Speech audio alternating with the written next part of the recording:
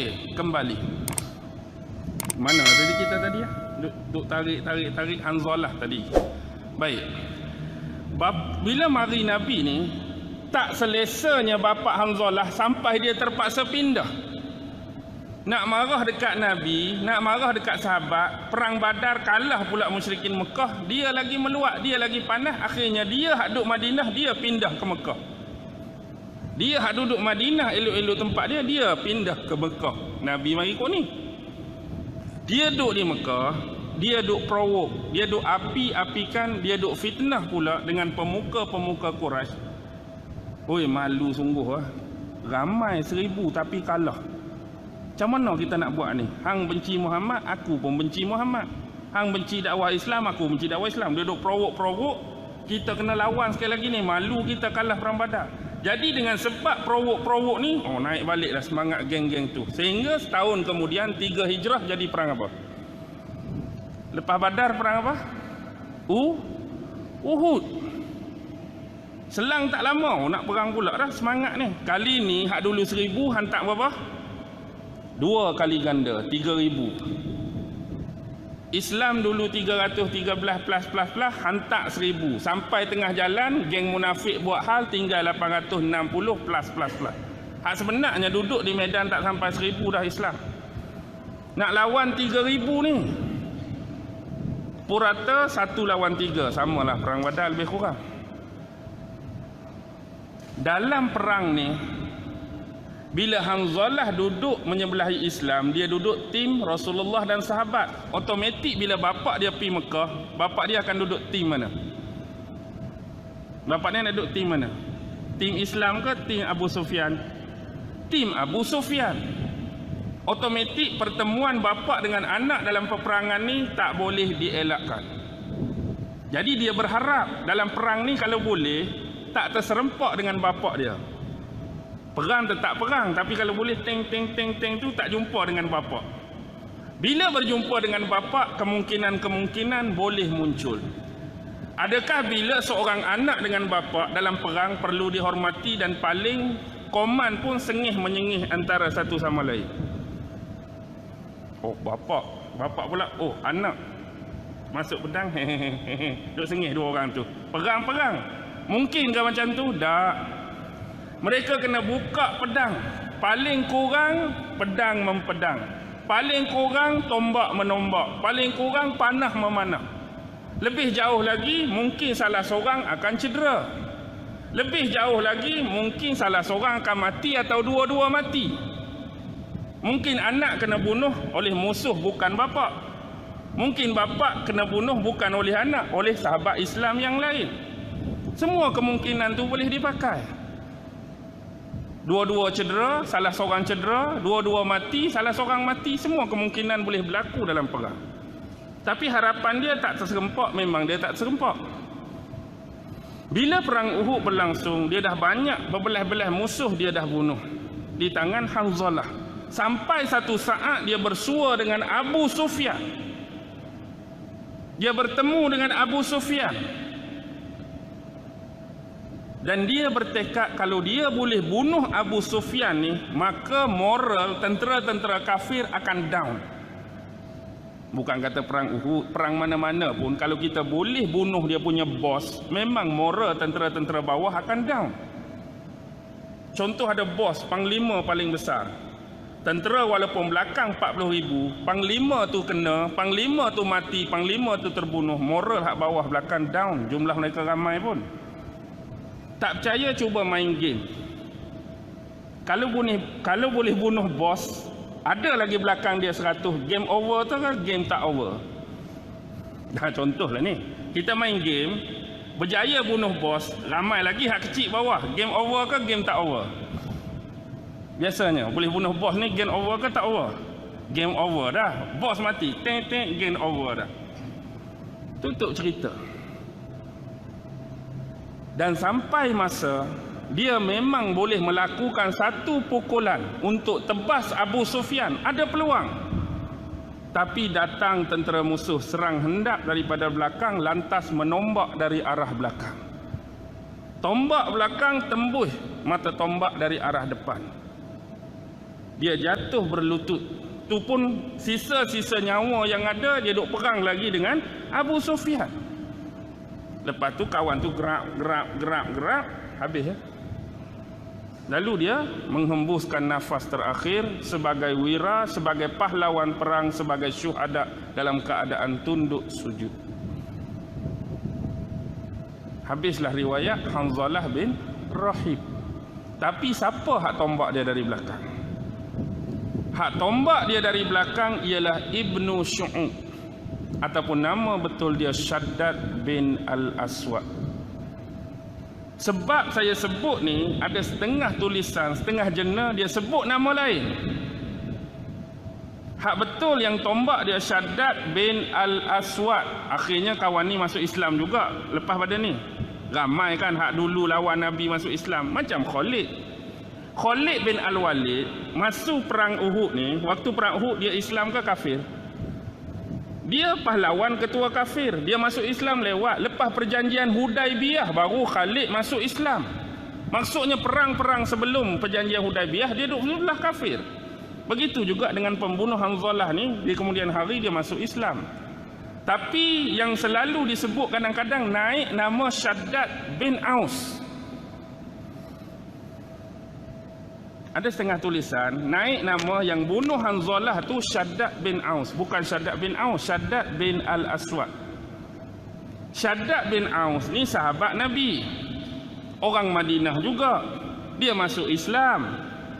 Dan dia dah jadi tentera Islam waktu Perang Badar lagi. Perang Badar, Shaddad bin Aus dah menyertai tentera Islam. Tiba-tiba Perang Uhud seolah-olah lah kalau benar Shaddad bin Aus, dia jadi berbalik kepada kafir dan bunuh sahabat lain. Logik ke tak logik? Seorang sahabat tu masuk Islam, Perang Badar dia duk geng Islam. Perang Uhud, dia kembali jadi kafir seolah-olah, ataupun masuk geng belah tu, bunuh sahabat Islam lain. Ada logik tak? Bila melibatkan isu agama, jangan main dengan logik. Saya sebut awal. Sebab benda ni tak mustahil. Walaupun memang bukan Shaddad. Tapi kalau kita kata contoh Shaddad berbalik, benda tu tak mustahil.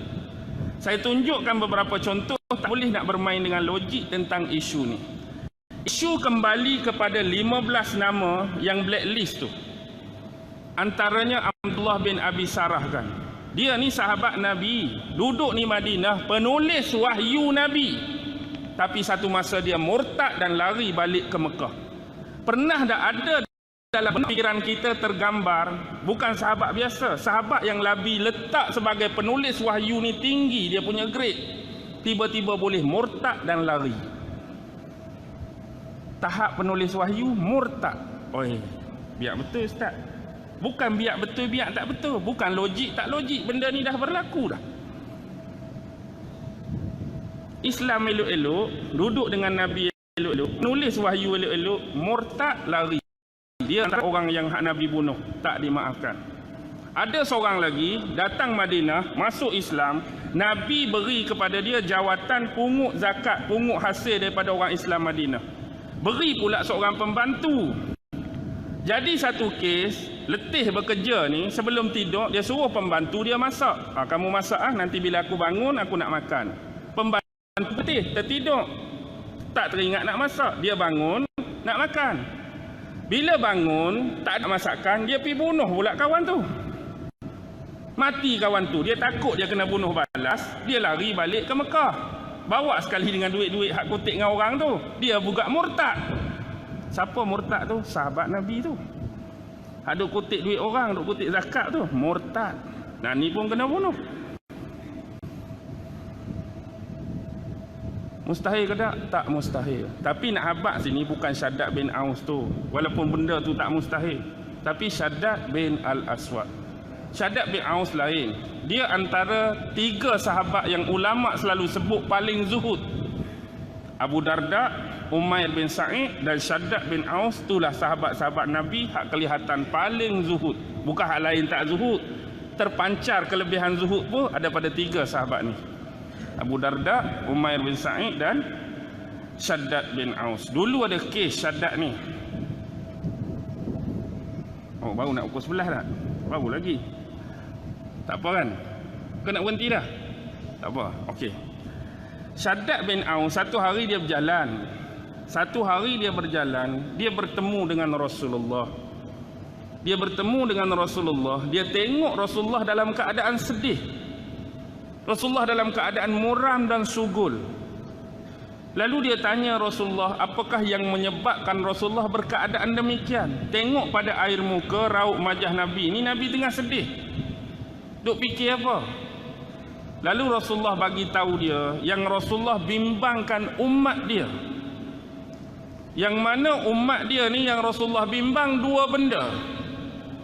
Mereka akan kembali kepada kemusyrikan. Mereka akan kembali buat syirik. Dan yang kedua Rasulullah bimbang ialah mereka akan mengikuti syahwat dan hawa nafsu mereka. Tengok Rasulullah duk sedih, tanya pasal apa? Rasulullah sebut, Rasulullah duk bimbang umat dia ni akan buat balik syirik dan ikut syahwat, ikut hawa nafsu. Jadi jawapan yang Rasulullah bagi ni agak sedikit menghairankan bagi Shaddad. Benda tu tak pelik pun. Tapi yang Shaddad heran tu sebab dia hidup dalam lingkungan sahabat Nabi. Yang dia kenal sahabat-sahabat Nabi ni orang paling kuat berakidah, orang paling kuat beriman, orang paling kuat duduk bawah Nabi, orang paling kuat belajar dengan Nabi, orang paling kuat buat amal, rata-rata kuat ibadah, rata-rata ahli jihad. Tiba-tiba Rasulullah risau mereka ni akan jadi syirik dan ikut hawa nafsu. Ikut hak perspektif dia, sahabat-sahabat ni kuat segala-gala hal, tak mungkinlah. Adakah mereka akan kembali buat syirik sepeninggalan kamu wahai Rasulullah? Lalu Rasulullah jawab, suatu masa hak kata syirik yang Rasulullah maksudkan tu bukanlah kerana mereka menyembah matahari, tidak. Bukan kerana mereka akan kembali menyembah patung-patung yang dinamakan berhala tu, tidak. Bukan juga kerana mereka akan menyembah batu-batu, tidak. Tetapi hak Rasulullah bimbang ialah suatu masa, dengar betul-betul, mereka akan mempamerkan, menunjukkan amalan-amalan kebaikan dan kesolehan masing-masing untuk dipamerkan di hadapan mata-mata manusia lain. Dia nak tunjuk yang dia buat amalan baik. Dia nak tunjuk dia buat ni amalan soleh, amalan ni bagus, amalan ni good, amalan ni mulia. Tapi bukan lillahi ta'ala, tapi dia tunjuk demi, semua benda ni nak suruh mata orang lain tengok. Nak suruh apa? Nak suruh orang kata, bagus ustaz tu, mulia ustaz tu, berjurus ustaz tu, komplit ustaz tu, sempurna ustaz tu ni. Bukan ustaz sajalah, hak tak ustaz pun samalah. Apa sesuatu yang kita buat tu nak suruh orang kata hak kita buat tu bagus. Kita tunjuk depan orang nak suruh orang kata kita berjurus, kita elok, kita segala-galanya. Tapi lillahi ta'ala zero. Hak tu yang Nabi bimbang. Apa yang kita buat ni semata-mata nak tunjuk kat orang, nak pamer kat orang. Bila Rasulullah sebut macam tu, Shaddad dapat tangkap. Lalu dia kata apa? Ya Rasulullah, bukan syirik, riak. Ya Rasulullah, riak. Syirikkah itu wahai Rasulullah? Dia dapat tangkap dah yang Rasulullah nak maksudkan tu riak. Syirikkah benda tu wahai Rasulullah? Ya. Sesungguhnya satu masa kamu akan dapat melihat seseorang yang sedang berpuasa, lalu Allah menguji dia dengan salah satu daripada jalan dan cabang syahwat, maka dia berbuka.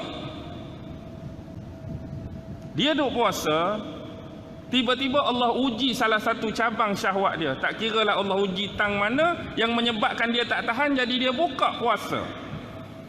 Dia sanggup buka puasa, padahal puasa tu lillahi ta'ala.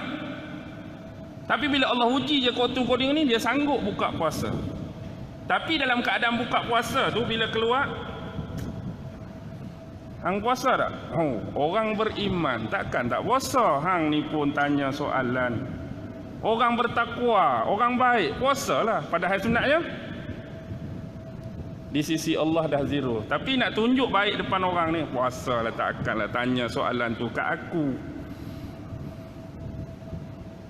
Berapa ramai orang hak sebenarnya buka puasa bila orang tanya puasa tak? Oh, saya memang tak puasa hari ni.